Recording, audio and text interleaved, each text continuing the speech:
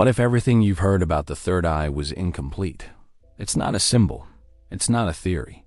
It's a biological device built into your brain, capable of sensing beyond the five senses. Modern science is finally beginning to explain what ancient mystics already knew, that within you exists a hidden system designed to unlock perception, insight, and higher intelligence. But here's the truth. Most people will never activate it. Not because they can't, but because they were never shown how. In this video, you'll learn what the third eye really is, how it works, how to awaken it step by step, and why the world around you has kept it buried. This is the last third eye video you'll ever need. Not because it promises magic, but because it delivers clarity. Let's begin. There's a reason nearly every ancient culture spoke of a hidden eye, not for seeing the world, but for perceiving beyond it. The Egyptians called it the Eye of Horus, the Hindus, the Ajna Chakra. In Taoist texts, it was the Crystal Palace. In Christian mysticism, the eye that fills the body with light. Though separated by continents and time, they all describe the same thing, a structure inside the human brain capable of perceiving without the senses. Today, it's known as the pineal gland, small, pine cone shaped, suspended near the center of the brain between the hemispheres. Not symbolic, biological, not metaphor, functional. Ancient depictions weren't artistic guesses, they were anatomical maps. Overlay the Eye of Horus onto a brain cross-section, and it matches perfectly. The thalamus, the corpus callosum, and the pineal centered in the space once referred to as the seat of the soul. This gland isn't located near the eyes, but it was always described as an eye for one reason. It processes light. Not just visible light from the outside world, but inner light, sensed, not seen. Modern science confirms it contains photoreceptors, rods and cones, just like the retina. It regulates melatonin, circadian rhythm, and dream cycles. But ancient wisdom went further. It taught that under specific internal conditions, this gland could do far more than track time. It could pierce illusion. And that's where the deeper truth begins. The pineal gland is suspended in cerebrospinal fluid and surrounded by a rich network of capillaries. Inside it are microscopic crystals, capable of responding to electromagnetic shifts and mechanical pressure. This isn't speculation. It's measurable. The ancients may not have had lab equipment, but they understood the body as a system of energy and resonance. They chanted to stimulate the skull. They breathed in rhythms to pressurize the spine. They focused attention inward to create coherence between the heart, brain, and breath. They weren't guessing. They were activating. They understood the body not just as flesh and bone, but as a living instrument. And the pineal gland was the tuning point for receiving insight beyond ordinary perception. It wasn't about belief. It was about method. What made the pineal so important wasn't its size. It was its sensitivity. Unlike most glands, the pineal sits at the geometric center of the brain. It's not protected by the blood-brain barrier, which makes it uniquely exposed to the chemical and energetic environment of the body. It doesn't just respond to light, it interprets light, both from external cycles and internal states. This is why ancient traditions considered it a gateway, not metaphorically, functionally. When your breath slows, when your heart enters rhythm, when your attention turns inward and sustains stillness, something subtle begins to shift. Internal pressure rises. Cerebrospinal fluid, rich in charge, begins to pulse upward through the spine. If the body is properly aligned, that wave compresses the pineal gland and stimulates its crystalline core. Those crystals don't just vibrate.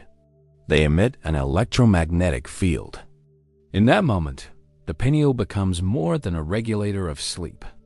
It becomes a broadcasting and receiving node, interfacing with energies that exist beyond sensory perception. This is what mystics were pointing to. Not hallucination, not fantasy, but a shift in the operating bandwidth of consciousness. And here is what most modern interpretations miss. The pineal doesn't activate because of belief. It activates because of biomechanical precision. Breath, posture, focus, and energy must align. It's not spiritual performance. It's neurophysiological resonance. In ancient Egypt, initiates trained for years to master this alignment. In yogic traditions, specific kriyas were designed to stimulate the inner eye. In shamanic cultures, ceremony and rhythm were used to bypass the ordinary mind and access the hidden senses. What they all discovered was the same. When the body becomes still, when the breath becomes conscious, when the mind becomes coherent, the eye opens. And not outward, but inward. This is where vision begins. Not the seeing of things, but the sensing of truth beneath form. Patterns, insights, symbols, and energy start to reveal themselves, not as imagination, but as a different kind of knowing. A knowing that bypasses logic and speaks directly to what you've always carried inside. Most people hear third eye and assume it's symbolic, a poetic way to describe intuition. But the pineal gland is not a metaphor. It's a functional organ with a very specific design. Tucked between the two hemispheres of the brain, the pineal sits alone in its own fluid chamber. It's not connected by nerve bundles like most brain structures. Instead, it's connected to the field chemically, electromagnetically, and geometrically. Its job? To sense light. But not just visual light, energetic light, frequency, and rhythm. Even deep inside the skull, the pineal contains photoreceptors, the same kind found in the retina. It responds to cycles of light and darkness, governing melatonin release and regulating sleep. But under the right conditions, it can produce something far more powerful, DMT, a naturally occurring compound known for its role in profound altered states of consciousness. The body can synthesize this molecule, and according to both ancient accounts and modern research, the pineal is one potential source. It may be released during deep meditation, intense focus, breath work, or near-death experiences. But its chemistry is only part of the story. Inside the pineal are calcite microcrystals, hexagonal structures with piezoelectric properties. That means they generate voltage when compressed. This isn't theory, it's measurable physics. And when these crystals are activated through rhythmic breath and internal pressure, the gland becomes electromagnetically active. It begins to pulse. It generates a field. It becomes capable of detecting subtle signals, not from the five senses, but from the space beyond them. This is why ancient cultures revered it. Not because it was mysterious, but because it was responsive. They discovered that when the body is aligned and the breath becomes intentional, the pineal wakes up. And when it does, you don't just feel calm. You feel connected, as if part of your awareness is tuning into something larger, wider, more intelligent. This isn't mystical language. It's neurobiology amplified by energy. The pineal gland isn't passive. It doesn't just sit quietly releasing sleep hormones. Under the right internal pressure, it transforms, becoming electrically and magnetically alive. Joe Dispenza teaches a process designed to create those conditions: controlled breath, muscle contraction, and concentrated focus, all directed upward along the spine. This is not mysticism. It's anatomy in motion. When you inhale deeply and contract the lower muscles, perineum, abdomen, and solar plexus, you create internal pressure. That pressure moves cerebrospinal fluid upward, through the central canal of the spine, toward the brain. As it rises, it accelerates through a narrow passage near the medulla, like a river pushed through a canyon. This compression amplifies the flow. When this fluid reaches the pineal gland, it mechanically stimulates its crystalline structures. And that's the key. Those piezoelectric crystals, when compressed, generate an electrical charge. That charge creates a localized electromagnetic field, and now the pineal begins to transmit. At the same time, you're holding your breath, stabilizing your focus, and concentrating attention in the center of your brain. You're not thinking, you're becoming still and precise. And in that moment, the pineal becomes more than a gland. It becomes an interface. It starts interacting with the environment beyond the body, the energetic field surrounding you, not as fantasy, but as frequency. Your nervous system becomes receptive to information that doesn't arrive through the five senses. Instead of seeing the world, you begin to perceive pattern. That's why people report sensations of light, flashes of imagery, waves of insight, or a deep sense of connection during these states. They're not imagining. They're tuning into the non-local field, and the pineal is the translator.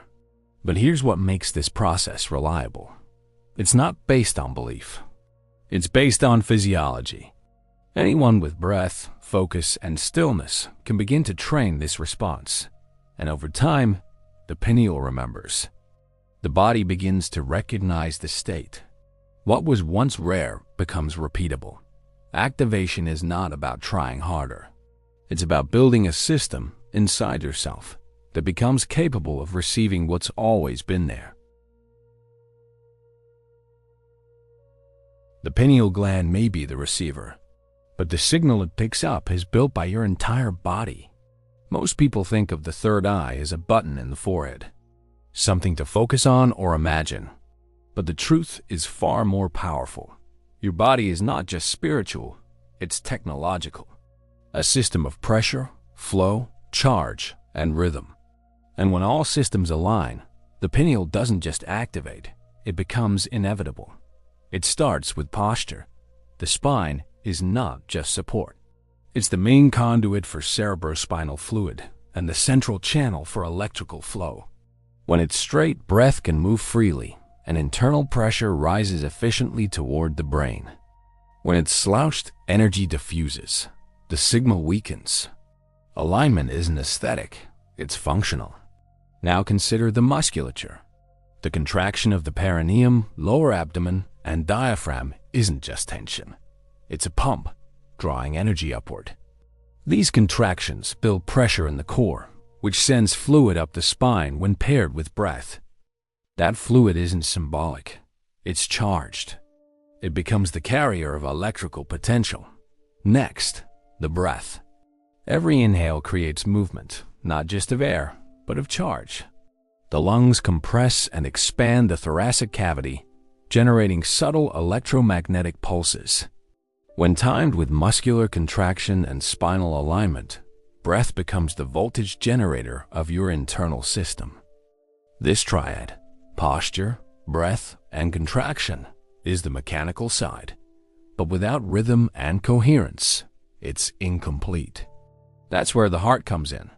The heart produces the largest electromagnetic field in the body. Its rhythm affects every other organ, especially the brain. When the heart enters a coherent state, smooth, steady, emotionally elevated, the entire system stabilizes. The breath smooths, the brainwaves synchronize, and the pineal begins to respond. This isn't esoteric theory, it's physics. The more aligned your system, the more constructive interference is created, meaning waveforms amplify one another instead of canceling out. This builds charge, and that charge feeds the pineal. Your body is not just a vessel for awakening. It's the device through which awakening happens. And once you learn to operate it, not force it, not imagine it, but truly align it, perception begins to expand naturally. Coherence is not calmness. It's order, biological, electrical, and emotional. A state where all systems in the body move as one. In this state, there's no inner friction. The mind isn't racing ahead of the breath. The heart isn't out of sync with the nervous system. Everything locks into a shared rhythm, and that rhythm creates a field. This field isn't imagined. It's electromagnetic and measurable. It radiates from you, but more importantly, it loops back into you. Joe Dispenza often refers to the body in this state as a self-sustaining energy system. Once coherence is achieved, you're not leaking energy outward through stress, reaction, or mental noise. You're amplifying charge internally, and the pineal is sitting right at the focal point. As this charge builds, it begins to push against the threshold of perception. Most people live beneath that threshold, functioning in survival, distraction, or emotional fragmentation. The pineal remains in standby mode, doing its basic hormonal job. But in coherence, something shifts. The body becomes still. The breath becomes spacious. And in that silence, the pineal starts to engage not because it was forced, but because it finally can. This is what activation really is. Not adding something new, but removing interference. You begin to sense subtle shifts. A warmth behind the eyes, a flicker in the dark space of the mind, a rising sense that you're not just in the body, but aware of something beyond it. You don't have to chase this experience. It emerges when the system is stable enough to perceive it. This is why ancient traditions prioritize preparation over performance. Because once the body is attuned, awareness begins to stretch. Not upward, not outward, but inward into depth. And that's the key. The pineal doesn't make you see things. It lets you perceive the field behind things, the energetic structure behind the visible. It's the difference between looking at the ocean and feeling the current beneath the waves. Once the body becomes coherent, you stop using energy to survive and start using it to perceive. There comes a moment in the practice when the ordinary structure of time begins to bend. Not because you're imagining it, but because your brain is no longer filtering reality the same way. Once the pineal becomes active and your body reaches coherence, you step out of the narrow window of moment-to-moment awareness. You enter what mystics call the eternal now, a state where past, future, and possibility begin to overlap. And this isn't just spiritual language, it's neurological.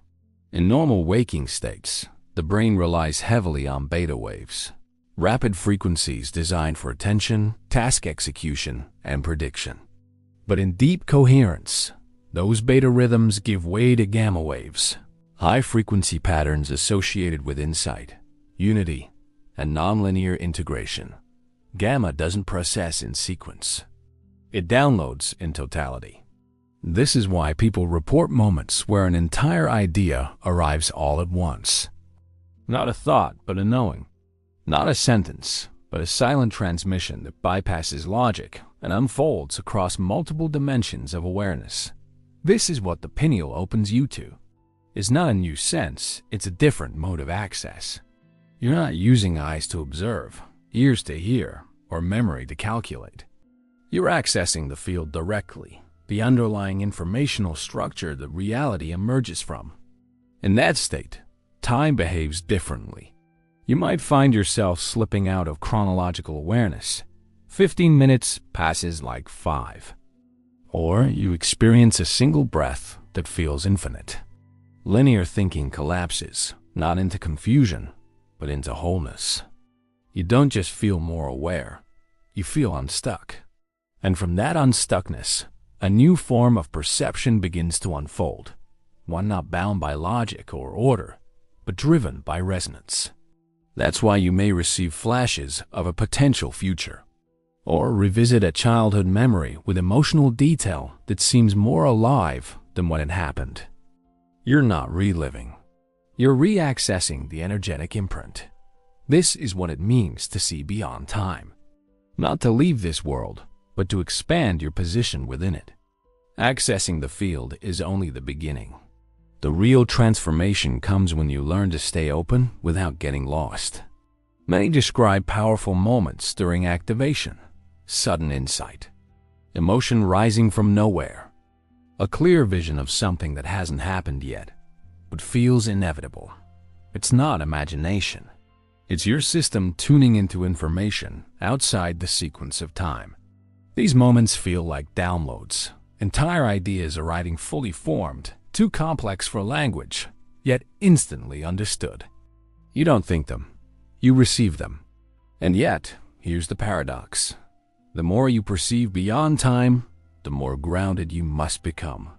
Because without anchoring in breath, in presence, in body, this expanded awareness can dissolve into fantasy or disorientation. You weren't meant to escape the timeline.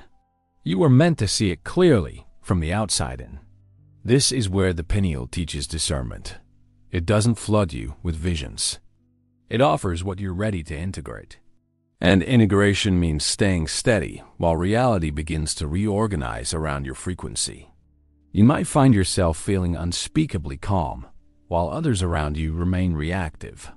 You may begin sensing when something is aligned, not by logic, but by feel. You'll start making decisions from resonance, not reasoning, and life will respond. Why? Because you're no longer navigating from memory or fear. You're navigating from field awareness, intelligence that doesn't unfold moment by moment, but all at once. And this doesn't make you more enlightened. It makes you more available to what's actually present, rather than what the mind assumes should be. You'll still feel emotion. You'll still experience challenge, but you'll stop identifying with them. You'll move through time as if slightly above it, not detached, but clear. This is why ancient initiates prepared for years before engaging the inner eye, not to chase mystical experiences, but to cultivate the strength to remain still within them. When the third eye opens, the timeline opens with it. The question is no longer what you'll see. The question becomes, can you listen without needing to control? Can you follow what you already know? Because from this point forward, the journey isn't about seeing more. It's about aligning with what's already being shown. The body may be the hardware. The pineal may be the receiver. But the quality of the signal depends on your emotional state. This is the hidden truth behind every ancient practice. Emotion is frequency. Not just a reaction, not just a feeling, but a measurable electromagnetic pattern that either strengthens or fragments your field. Most people live in constant low-grade stress. Thoughts move fast, breath stays shallow, and the nervous system loops in prediction and control. This is survival mode. And in survival, energy is pulled into the limbs and scattered across the mind. No matter how perfect your posture or how precise your breath, if your inner state is chaotic, the signal remains weak. The pineal doesn't respond to effort. It responds to order. And that order starts in the heart. The heart is not just a pump. It's an oscillator. It generates the most powerful rhythmic field in the body. When you feel frustration, fear, or resentment, that rhythm becomes erratic. But when you feel gratitude, compassion, or awe, the rhythm stabilizes and the field expands. This is called coherence. In a coherent state, your brain and heart begin to synchronize. Your breath becomes rhythmic. Your body softens, yet holds charge. And your awareness settles into the present, not as an idea, but as a physical experience. Joe Dispenza calls this the carrier wave of intention, because in this state, your energy becomes instructive. You're no longer sending mixed signals. You're broadcasting a clear frequency, and the pineal, immersed in that field, becomes activated not by force, but by resonance. You're not pushing, you're inviting. You're not imagining light. You're becoming transparent enough for it to move through you. And this coherence doesn't just open the third eye. It creates a feedback loop where what you feel begins to shape what you perceive. Gratitude expands the moment. Compassion creates clarity. Awe dissolves the boundary between self and space. These aren't tricks. They're technologies of perception. And the better you feel, not by accident, but by choice, the stronger your system becomes as a unified instrument. Coherence isn't something that happens to you. It's something you generate. And like any frequency, it's not random. It's the result of rhythm and choice. The shift begins with the breath. Not complicated techniques, just awareness. Inhale slowly, exhale slower. Let the breath become your anchor, not to control, but to listen. As your breath settles, your body begins to follow. Tension releases, thought softens, and the space between stimuli and reaction begins to widen. This space is where emotion can be chosen, not reacted from. Most people wait for circumstances to create their emotional state. They feel peace only when things calm down. They feel gratitude only when something good happens. But this is backwards. In the quantum model, your emotional state is the instruction. It doesn't just reflect reality, it shapes it. Joe Dispenza often says, "You have to feel the emotion of your future before it arrives." Why? Because emotion is the language of the field, and only elevated states create coherence strong enough to inform the pineal gland that it is time to wake up. This isn't about pretending to feel something. It's about training your body to remember what it feels like to be in love with life, even without a reason. Gratitude is the gateway, because gratitude is the signal that says, "I already have it." And when your body believes it already has what the mind desires, your system stops chasing and starts receiving. You're no longer broadcasting survival. You're broadcasting wholeness. And in that field of wholeness, the pineal is no longer on standby. It's immersed in a harmonic environment. It receives charge. It becomes active. And perception expands as a byproduct of emotional alignment. This is the Coherence Code. It's not spiritual theory. It's neuroelectrical chemistry. It's how you turn your body into a tuning device, not just for mystical experience, but for real-time, grounded perception beyond the ordinary. And the best part? You can practice it every day. No altar, no mantra, no performance. Just breath, presence, and the decision to feel better than the world expects you to. That's when the field responds. Because that's when you're finally speaking its language. Once coherence is established, the next step is ignition. The pineal gland responds not to imagination, but to pressure, focus, and flow. You don't need years of training, but you do need to create the exact conditions that tell the body, now is the time. Start with posture. Sit upright, spine tall, chin slightly tucked. This isn't for looks, it's for physics. A straight spine is a clear channel. It allows cerebrospinal fluid to rise with precision. Now the breath. Inhale slowly through your nose, but this is not just about filling the lungs. You're drawing breath up the spine, from the base to the crown. As you do, engage 3 key muscle groups in sequence. Perineum, the floor of your pelvis. Lower abdominals, gently pulled inward. Upper abdominals and diaphragm, lifted and engaged. This creates internal pressure, not strain, but upward momentum. You're compressing the base of the spine like a hydraulic pump, building charge in the fluid that bathes the spinal cord. At the top of your inhale, hold the breath.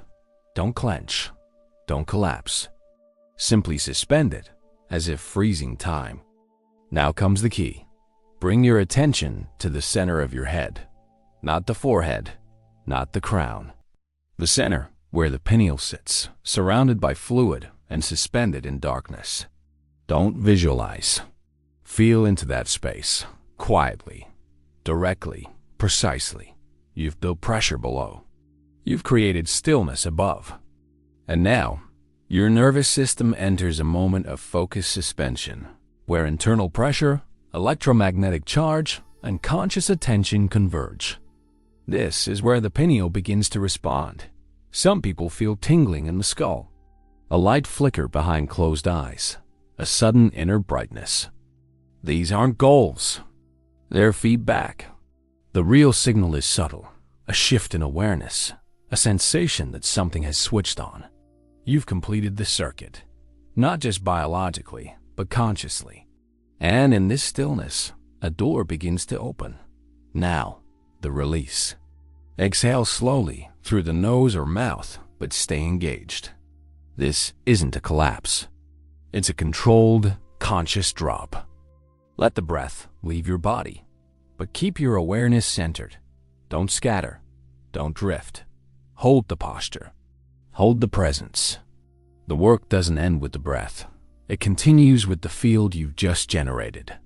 As you repeat the cycle, breath in, contract, hold, focus, release, the signal strengthens. Not because you're trying harder, because you're training alignment. Each round builds more charge. Each repetition deepens the rhythm. Your nervous system starts to recognize this state, not as foreign, but as familiar. This is how activation becomes natural, not dramatic, not forced. Just a quiet shift from dormancy to receptivity. The pineal isn't being tricked. It's being given the conditions it was designed for. You may begin to feel subtle changes, a sense of energy lifting through the spine, a pressure in the center of your skull, a gentle pulse of warmth or light behind the eyes. These are not signs of success. They are confirmations of coherence. And sometimes, without warning, a download. Not a thought, not an image. A full-bodied burst of knowing. Something that arrives whole, complete, without explanation, and undeniably clear. This is not you generating insight. It's the field delivering it. Because when the body is coherent, the mind is quiet, and the breath is rhythmic. You stop broadcasting confusion and start receiving intelligence. The pineal is not the source of wisdom.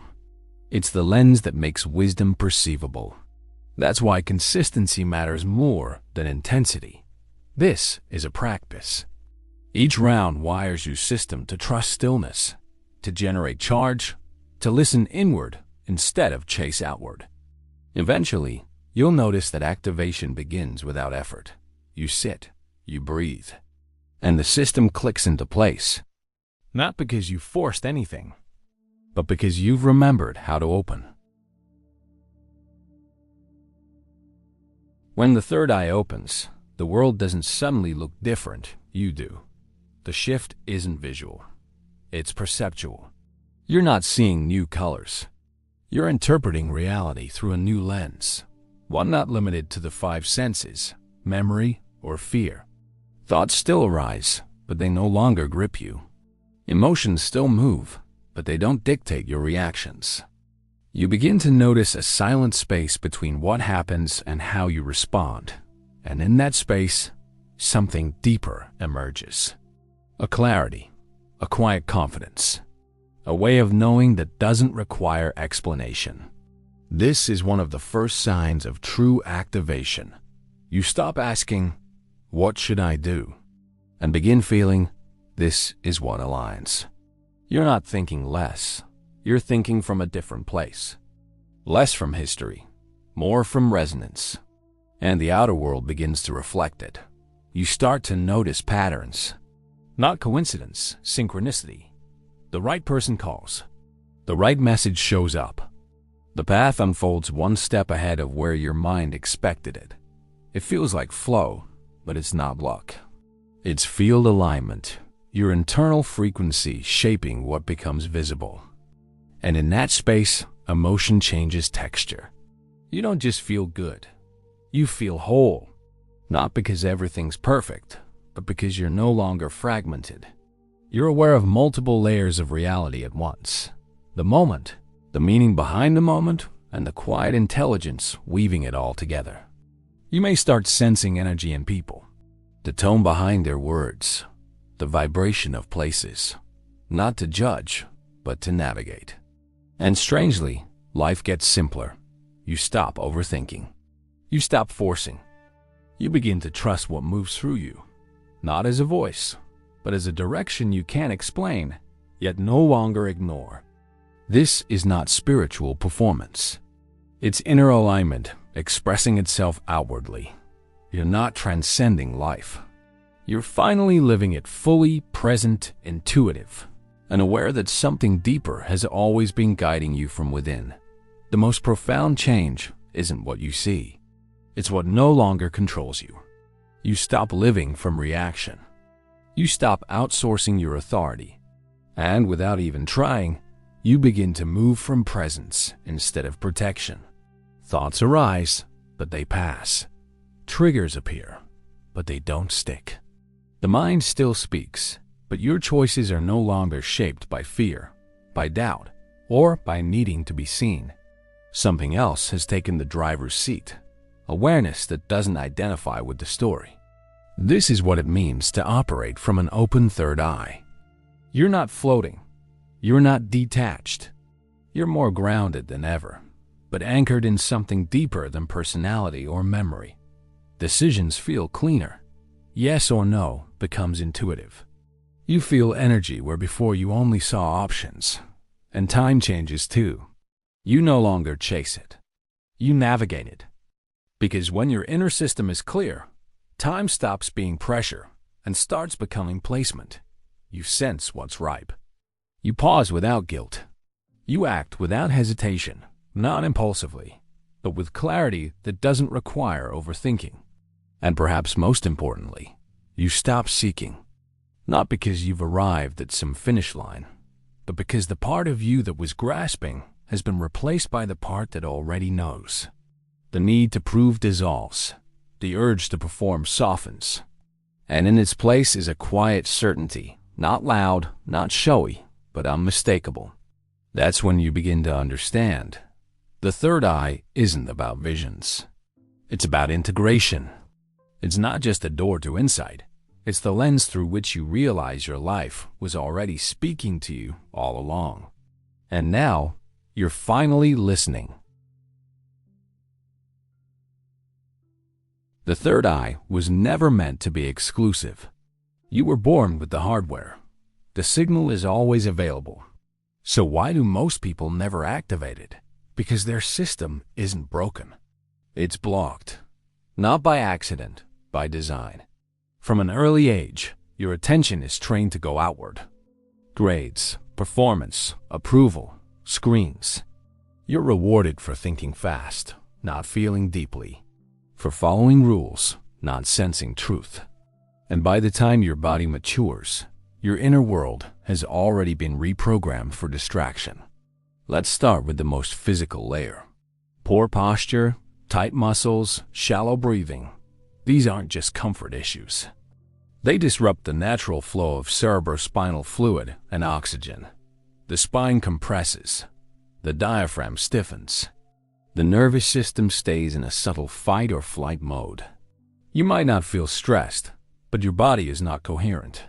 And in that disorganized state, the energy required to stimulate the pineal never builds. Now add stimulation. Endless input. Scrolls. Notifications. Background noise. You may not realize it, but your attention is constantly being chopped up. Micro-interruptions keep the mind too scattered to ever form sustained focus. And sustained focus is the key that tells the body it's safe to shift inward. But the most overlooked block? Emotional contraction. Years of unprocessed fear. Guilt that lingers just under the surface. Anger that you've adapted to instead of releasing. These aren't just psychological patterns. They're energetic distortions. They lock your system in protection mode, even when nothing's wrong. And in protection, the body diverts energy to survival, not vision, not awakening. Just making it through the day. This is why so many never access their inner eye. It's not because they're doing something wrong. It's because the conditions they live in make activation nearly impossible. The third eye doesn't respond to desire. It responds to resonance, and most people have never experienced what real internal resonance actually feels like. Because how can you find stillness when you were never taught how to stop? The good news is, you don't need to add anything. You just need to remove what's in the way. Activation doesn't begin with exotic techniques. It begins with reclaiming the basics, the things most people overlook because they seem too simple to matter. Stillness is the first key. Sit without distraction. No music, no phone, no goal. Let your system feel what it's been avoiding, the noise inside. At first, it may feel uncomfortable.